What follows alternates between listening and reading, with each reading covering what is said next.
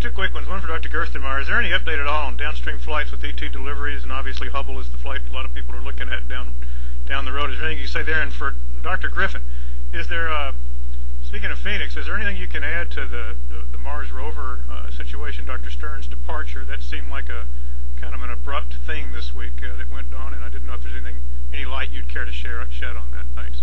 Well, I don't comment on personnel matters, and so Alan announced that he was leaving for his own reasons. I certainly didn't want him to leave or ask him to leave, and in fact I asked him to reconsider and stay. I didn't see that he needed to leave, but he wished to, and so he did, and I've accepted that. And we've announced that Ed Weiler, a former science mission director at AA, will return to headquarters from his position at Center Director of Goddard and run the Science Mission Directorate, and it'll be just fine. It's very experienced with that. We don't have any better people. So that will take care of itself. With regard to the Mars rover controversy, it basically is as reported, Bill. We didn't put any spin on that. A letter went out from headquarters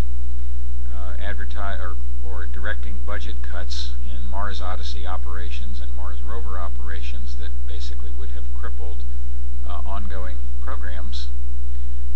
That direction was not cleared with me ahead of time. Had it been, we wouldn't have had that controversy. It was not a good idea, and when it came to light, I reversed it.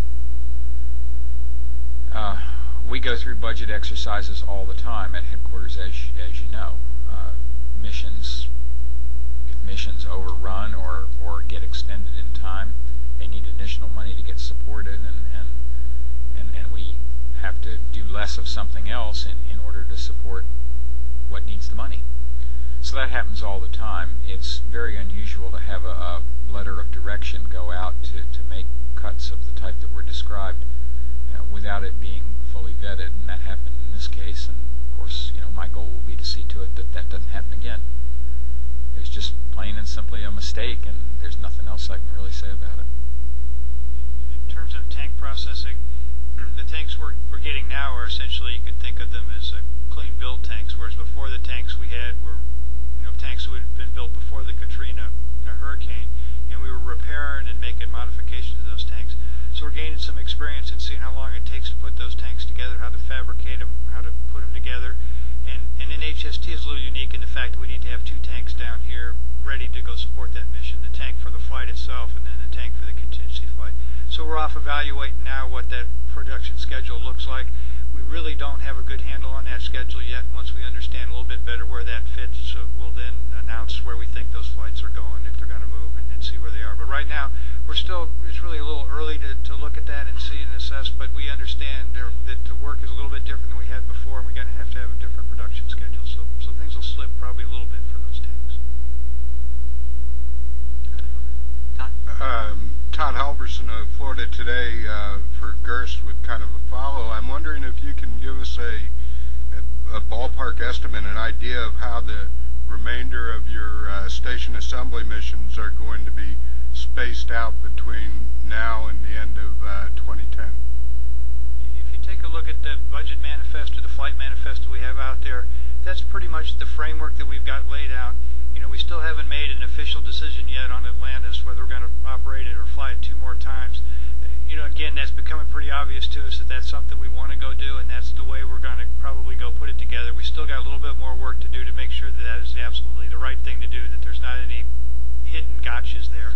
So we're going to add probably 2 more flights to Atlantis after the HST flight, and then we'll lay out the manifest. And it looks like we complete before the September 30th, 2010 date with a little bit of margin in the way it's laid out now, and it looks fairly decent on paper, even if we kind of have some delays along the way of what we've seen before. Thanks. And for Mike Griffin, I'm wondering if you could give us a preview of what you're going to tell Congress about the KSC transition with the workforce. I think you have a report due coming up. We do.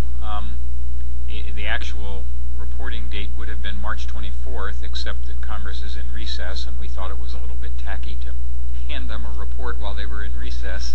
So we've made arrangements with them to deliver it to the Congress shortly after they return.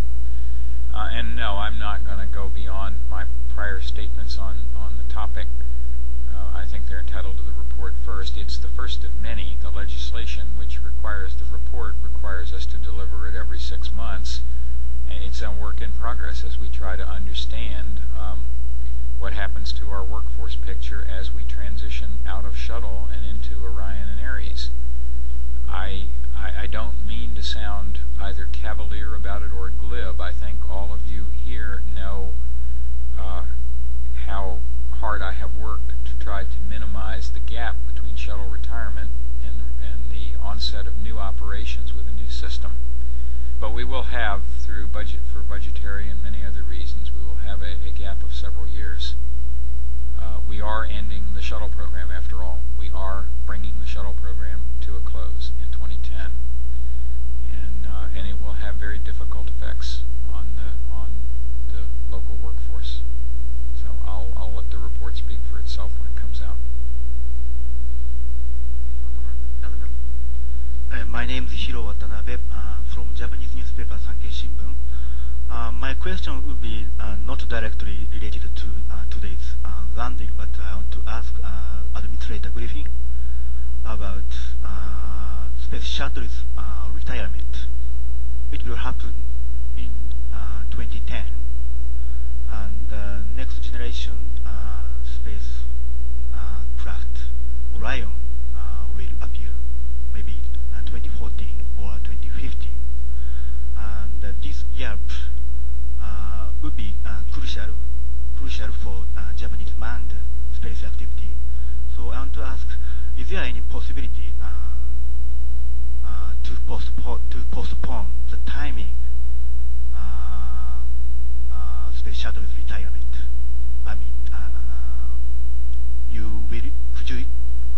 do you have an option to use space shuttle, continue using space shuttle after 2010?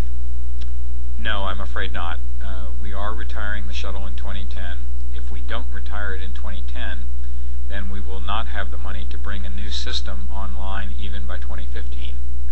In the interim, we expect to purchase crew transportation services from our Russian partners, and we expect to meet our obligations to our international partners, including Japan, by that means.